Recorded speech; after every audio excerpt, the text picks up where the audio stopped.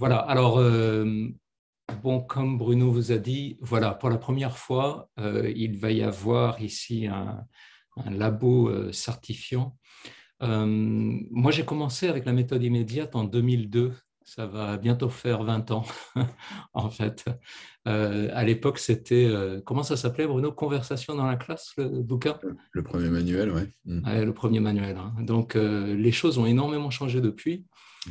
Et 20 ans plus tard, donc, avec toute l'expérience qu'on a pu récolter, avec aussi toutes ces nouvelles situations dans lesquelles on s'est retrouvé d'un seul coup, soit complètement en ligne, soit en hybride. Maintenant, on a des situations où certains d'entre nous retournent dans la classe. Donc, cette formation, elle va elle va nous permettre de regarder quels sont les fondements en fait de la méthode immédiate, Mm. quelle que soit la situation dans laquelle on se retrouve, parce qu'il y a des principes fondateurs. Si on les applique en face à face, ou en hybride, ou en ligne, ça toujours le sens est toujours là. Donc, la méthode immédiate, elle, ce qu'elle présente reste valable, quel que soit le format. Alors Bruno, ici, on présente la formation qui est donc en 5 ateliers. On a Mm. mis interactif sur Zoom, c'est-à-dire que vous n'allez pas écouter, nous les formateurs, les deux Bruno, parler tout le temps, mais en fait, ce sont sous forme d'ateliers auxquels vous participez et dans lesquels vous allez être actif. Mm. Vous allez avoir un certain nombre de documents donc, avant l'atelier. Ces documents, ce sont des vidéos, ce sont aussi des fiches sur lesquelles Bruno et moi avons travaillé. Pendant la formation même, vous allez avoir donc un atelier. Vous allez pouvoir expérimenter certains outils. Alors, c'était vraiment formidable d'entendre Chloé et Colline parce qu'on voit que vous avez déjà, et tout le monde ici a déjà l'habitude d'utiliser certains outils et tout. Donc, il y a des choses qui ne seront peut-être pas tout à fait nouvelles pour vous, mais la formation ici, elle va insister sur le fait que tout ce que l'on fait, toutes les activités qu'on fait sont reliées à l'un de ces piliers de la méthode immédiate. Mm. Et c'est donc le fil conducteur pour la mise en place d'un cours, d'un cursus dite méthode immédiate. Finalement, pour ceux qui ont le courage, le temps et l'envie, il y aura aussi la mise en place de supports pédagogiques en dehors de l'atelier. En fait, Bruno, ça, on va le demander à tout le monde de le faire. Ce Ouais, qui est peut-être optionnel, c'est le rapport en fin de exactement. stage, c'est ça. Exactement. On va inviter tout le monde à créer des choses petit à petit au fil des ateliers et puis mettre en forme ça à la fin, faire une petite présentation en une page et puis voilà, quoi, c'est une espèce de rapport, mais Voilà. très très concret et qui pourra servir par la suite d'ailleurs. Donc, Ouais. Oui, l'idée, c'est que c'est pas que vous fassiez des choses dans le vide, mais que vous les créez par rapport à votre contexte de classe. Parce qu'évidemment, chacun se retrouve dans des situations différentes avec plus ou moins d'élèves, soit en hybride, soit en ligne, soit en face à face, etc. Donc, vous allez pouvoir créer des supports pédagogiques fondés sur la méthode immédiate, mais adaptés à votre propre cours et créer des choses qui vous seront utiles dans votre cours. Voilà. Donc, à la fin, vous aurez un espèce de portfolio qui pourra être partagé avec tout le monde parce que les créations des uns et des autres vont donner des idées. Tout comme Chloé et Colline aujourd'hui ont partagé avec nous plein d'outils intéressants et la façon dont elles les utilisent, aussi les limitations par rapport à certains de ces outils, mais certains avantages que ça procure. Bah, chacun, en créant son portfolio, va pouvoir aussi nous montrer un peu les avantages, parfois les limitations aussi, par rapport au contexte dans lequel ils sont. Donc ici, vous avez les dates. Alors, ça sera des vendredis soirs. Il faudra vraiment être courageux parce qu'on aura déjà passé une semaine en cours. On sera bien fatigué le vendredi soir. Donc, c'est de 19h30 à 21h. Ça dure à peu près 1 heure et demie. Mais comme vous n'allez pas être là à écouter, mais dès le début de chaque atelier, à faire des activités ensemble, ouais. c'est actif et on espère que, comme nos élèves, vous allez trouver que le temps passe vite, finalement, parce que vous allez vous allez mettre la main à la pâte en fait. Alors nos dates, on commence à la mi-novembre, donc le vendredi 19 et on terminera 5 semaines plus tard, le 17 décembre. Voilà, juste avant les fêtes. Et pour ce qui est du portfolio à finir, on s'est donné la date de janvier pour que ceux qui veulent affiner leur travail, leur portfolio, que tout puisse être partagé en janvier et la remise des certificats par donc Bruno Vagneux à ce moment-là. Voilà, bon, vous nous connaissez, hein, pas la peine de se présenter encore.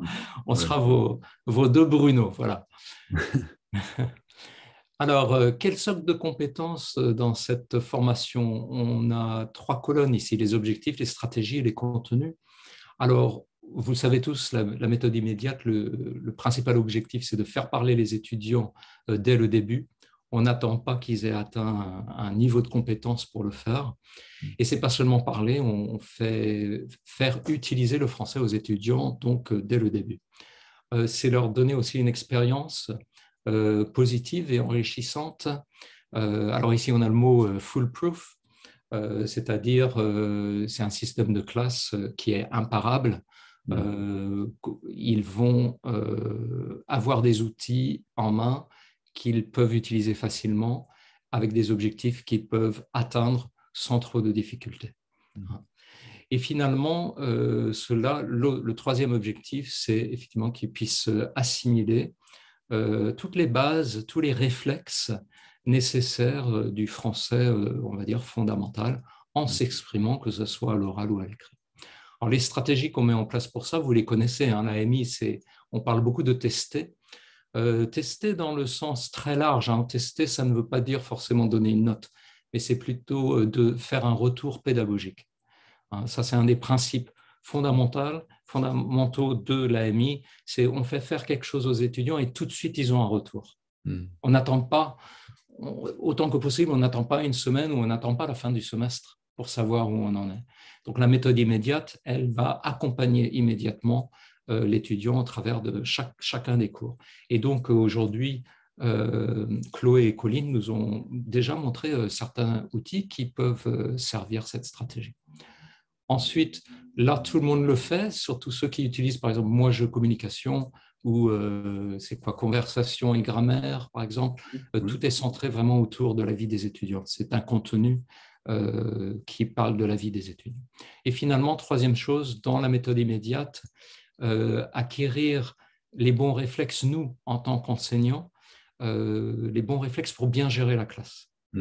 Et ça, vraiment, ça fait partie, hein, Bruno, des outils, savoir gérer, structurer, systématiser la classe pour qu'il y ait un flow, pour qu'il y ait un courant continu.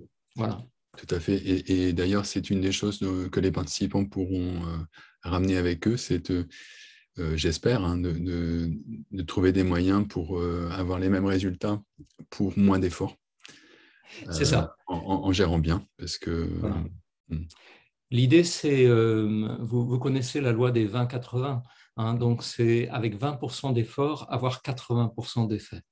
Et non pas le contraire, les 80% où vous faites des efforts pour n'avoir qu'un 20% de plus. Hein. Donc, utiliser les outils. Aujourd'hui, Chloé nous a montré aussi, par exemple, les fiches de placement. Il y a plein de petits outils comme ça qu'on peut créer et puis aménager selon nos contextes. Donc, on abordera ça. Finalement, les contenus de la formation elle-même, donc on va voir ces techniques de la méthode immédiate appliquées principalement à l'enseignement en ligne, tout en sachant qu'on garde en tête l'idée que de plus en plus d'entre nous repassent vers la salle. Et donc, comment est-ce qu'on peut transposer ce savoir-faire qu'on a acquis en ligne et l'amener dans notre classe?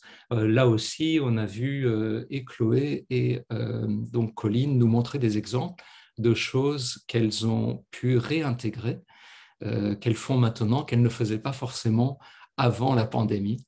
Et on gardera ça en tête dans la formation, comment on va faire cette transposition. Finalement, la méthode immédiate, c'est aussi nous offrir, les enseignants, de nombreux modèles et des checklists pour préparer ces cours, mais aussi pour mener, gérer, manager le cours. Et donc, c'est l'avant-cours, le pendant-cours et l'après-cours, en fait. Finalement, troisièmement, je vous ai dit que vous allez mettre la main à la pâte, donc vous allez faire une expérience de l'intérieur du système de classe. Donc, on a monté avec Bruno un cours, en fait.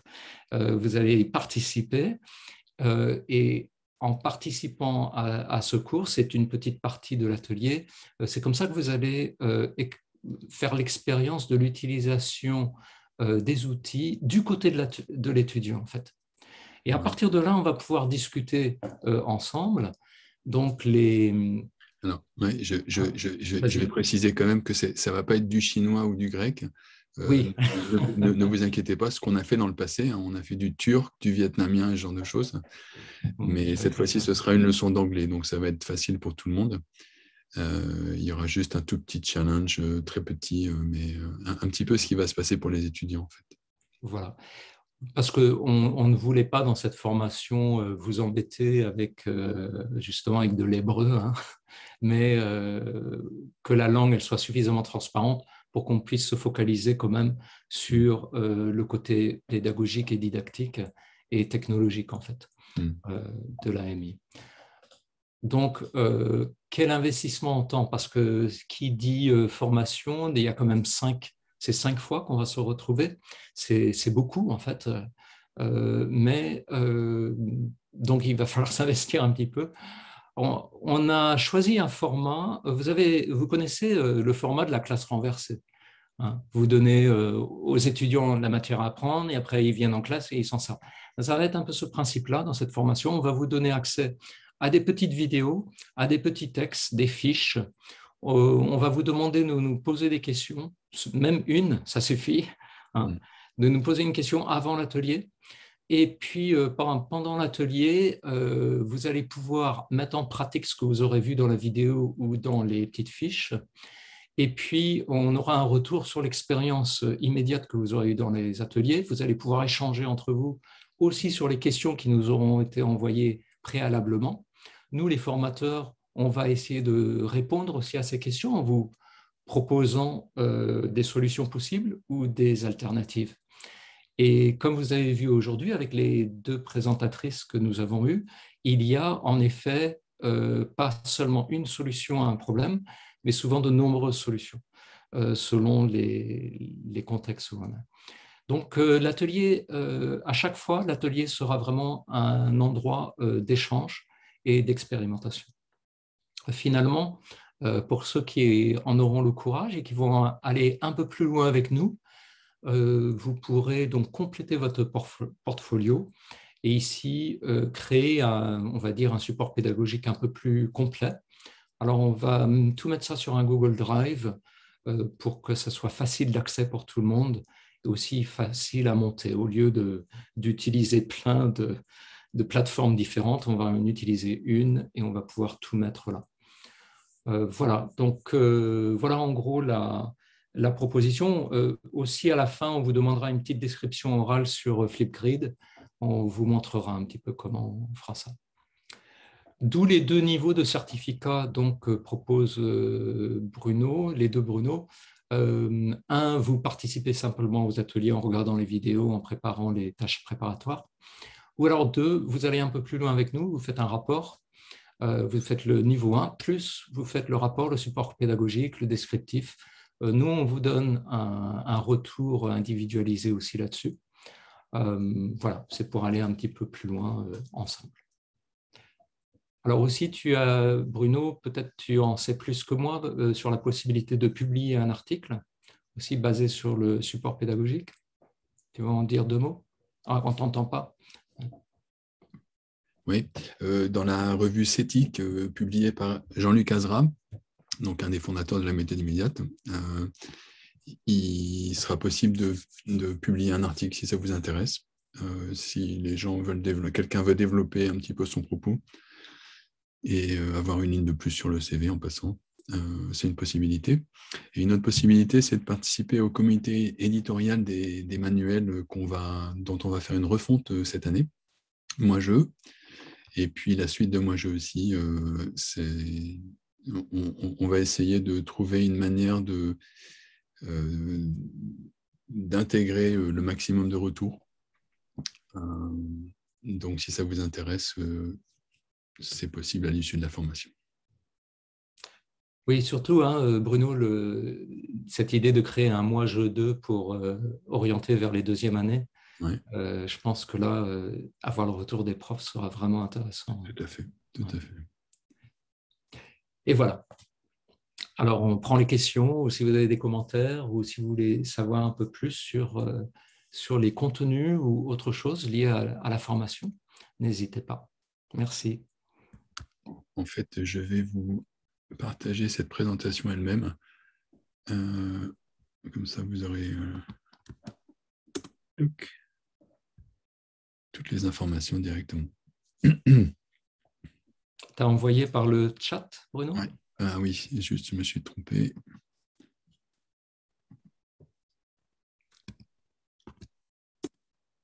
Voilà. Alors en fait, l'idée de cette formation, elle nous est venue parce que Bruno et moi, on est allés au Vietnam, c'était juste avant la pandémie, hein, Bruno. Ouais, ouais. On a été faire une formation pendant une semaine à une soixantaine de profs. Et donc, suite à ça, d'abord, on s'est rendu compte qu'on travaillait bien ensemble, tous les deux. Et Ouais. puis, deuxième chose, on s'est rendu compte que, en fait, il fallait qu'on applique dans nos formations ce qu'on fait dans nos cours. C'est-à-dire, dans nos cours, on fait participer les étudiants. C'est les étudiants qui mettent la main à la pâte, qui utilisent le français. Donc, c'est ce genre de formation qu'on veut vous faire. C'est une formation où vous allez vraiment être actif et non pas passif et attendre qu'on vous donne de l'information comme ça. Mais ça va être beaucoup dans savoir-faire, regarder comment on utilise ces outils par rapport aux trois piliers de la méthode immédiate. Et puis entre nous aussi, d'avoir cet échange entre profs, comme on fait aujourd'hui d'ailleurs, qui est toujours, moi je trouve très enrichissant. Moi j'ai appris des choses aujourd'hui aussi grâce à Colline et Chloé et aux commentaires des uns et des autres. Alors, je ne sais pas si vous avez des questions ou des commentaires, ou Bruno, si tu veux ajouter quelque chose. Non, non, si quelqu'un a une question. Ah ouais, moi, c'était sur le niveau 2. C'est-à-dire que ce serait après janvier, alors, c'est ça? Non, ça serait en janvier. C'est-à-dire, le niveau 1, je repartage l'écran, si vous voulez. Le niveau 1, c'est simplement, c'est participer aux 5 ateliers. Hein, et de préparer les questions, de visualiser les petites vidéos qu'on aura faites pour que vous arriviez dans l'atelier prêt, quoi, en fait. Le niveau 2, en fait, c'est on vous dit, allons un peu plus loin ensemble. Donc, entre la mi-décembre et janvier, complétez ce rapport qui est en fait un portfolio, complétez-le. Et puis là, vous aurez un certificat de niveau 2. C'est-à-dire que vous aurez vraiment mis en pratique ce que vous aurez appris et vous aurez vraiment fait une réflexion sur l'adaptation de ce que vous aurez découvert au travers de cette formation pour une utilisation dans votre cours spécifiquement. Est-ce que ça répond, Colline, à ta question? Oui, en fait, je me demande juste, c'est-à-dire que euh, si c'est en janvier, je ne sais pas si, enfin, personnellement, si j'aurais déjà l'occasion d'avoir tout testé dans une classe. Il n'y a pas besoin de tout tester, en fait. Non, En fait, l'idée, c'est plutôt, au niveau de la gestion de classe, c'est de voir comment un stagiaire, un prof particulier, aura réemployé tout ça dans, on va dire, la logistique de sa classe et comment ça aura été intégré dans un portfolio. Donc, ce n'est pas quelque chose qu'on a besoin de réemployer immédiatement dans sa classe. Si on peut réemployer une ou deux choses, tant mieux, parce que du coup, vous pourrez nous donner un retour là-dessus. Hein. Là, c'est l'idéal. Par contre, on comprend très bien que, étant donné vos objectifs qui sont déjà fixés, de contraintes institutionnelles, de contraintes de temps, il ne vous sera pas forcément possible de réemployer tout ça en cours immédiatement. Et là, alors, il y aurait une date limite pour rendre ce rapport. Voilà, Bruno, on parlait de fin janvier, je crois. Ouais. Voilà. Parce qu'il y a un moment, on met ça à terme pour que nous, on puisse revenir vers vous et regarder votre travail, vous faire quelques commentaires dessus. Et puis, après ça, là, que vous avez le certificat méthode immédiate niveau 2. Voilà. Merci. Merci pour ta question.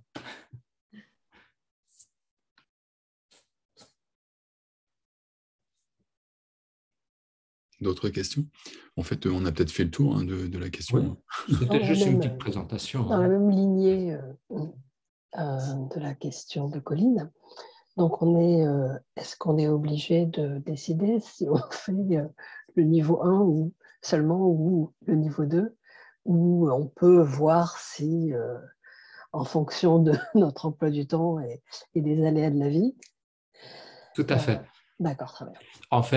En fait, Bruno et moi, on avait discuté de ça et puis on s'est dit, étant donné l'emploi du temps des profs, on arrive à la fin de l'année, il y a les fêtes de fin d'année, après janvier, on repart sur les chapeaux de roue et puis il faut déjà commencer à préparer la fin du semestre, etc.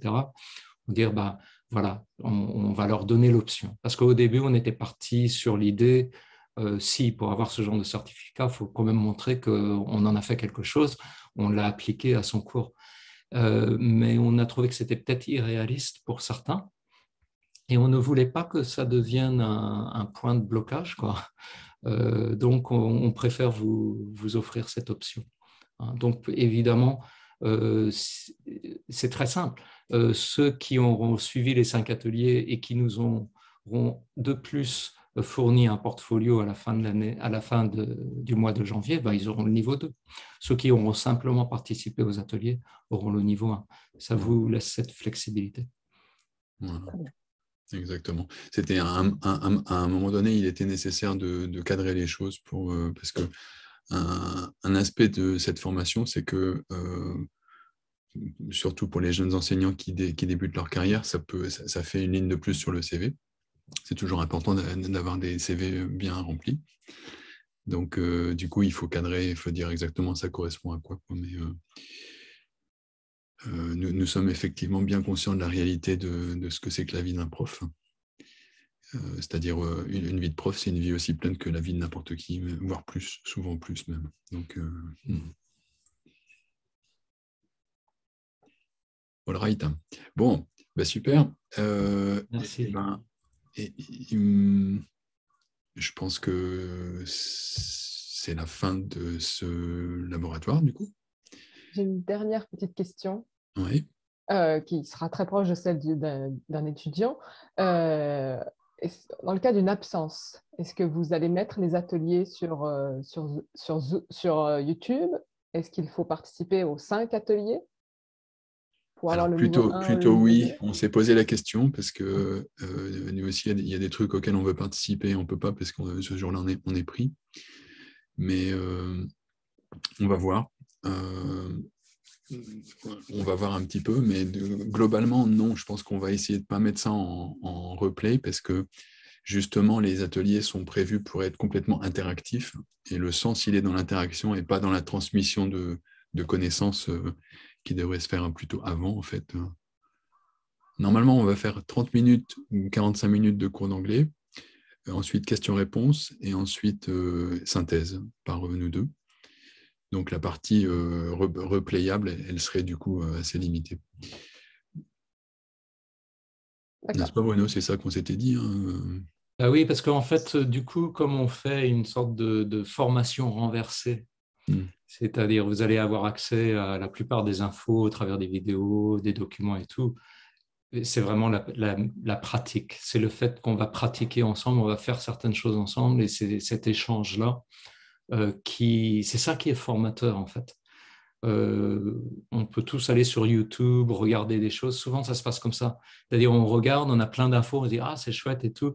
Mais de là, de passer à ce stade-là où on a de l'information qui arrive de façon passive à effectivement faire le pas et faire quelque chose avec. Alors déjà pendant l'atelier, d'échanger, de faire ça avec d'autres profs. Et en plus, aller encore une étape plus loin, qui est finalement de créer quelque chose qui va rester et qui va nous servir en cours. Là, ce sont 3 étapes très nettes, en fait, très différentes. Donc, c'est pour ça, autant que possible, on préférerait encourager les profs vraiment à venir profiter de ces ateliers parce que vous êtes les acteurs, en fait, dans cet atelier. Hein? Si vous n'êtes pas là, nous, on va être embêtés. Hein, parce que c'est vous qui allez essayer des nouveaux outils, des nouvelles choses. On va voir comment. Et vous allez vraiment gagner du savoir-faire à travers l'atelier. Donc, autant que possible. Mais bon, effectivement, il y a toujours des cas de force majeure. Je crois que Bruno en avisera en fonction des gens qui nous appellent au dernier moment et qui nous disent « Ah ben non, attaque, je ne peux pas parce que X, Y, Z. » Il y a des cas de force majeure, on comprend ça. Et qui sait, hein, Bruno, ce sera peut-être nous, hein, le cas de force majeure. J'espère que non. On ne sait pas. C'est ça la vie. Hein. On ne sait pas. Hein. Nous, on va essayer d'être là les 5 fois. On va être là les 5 fois, nous.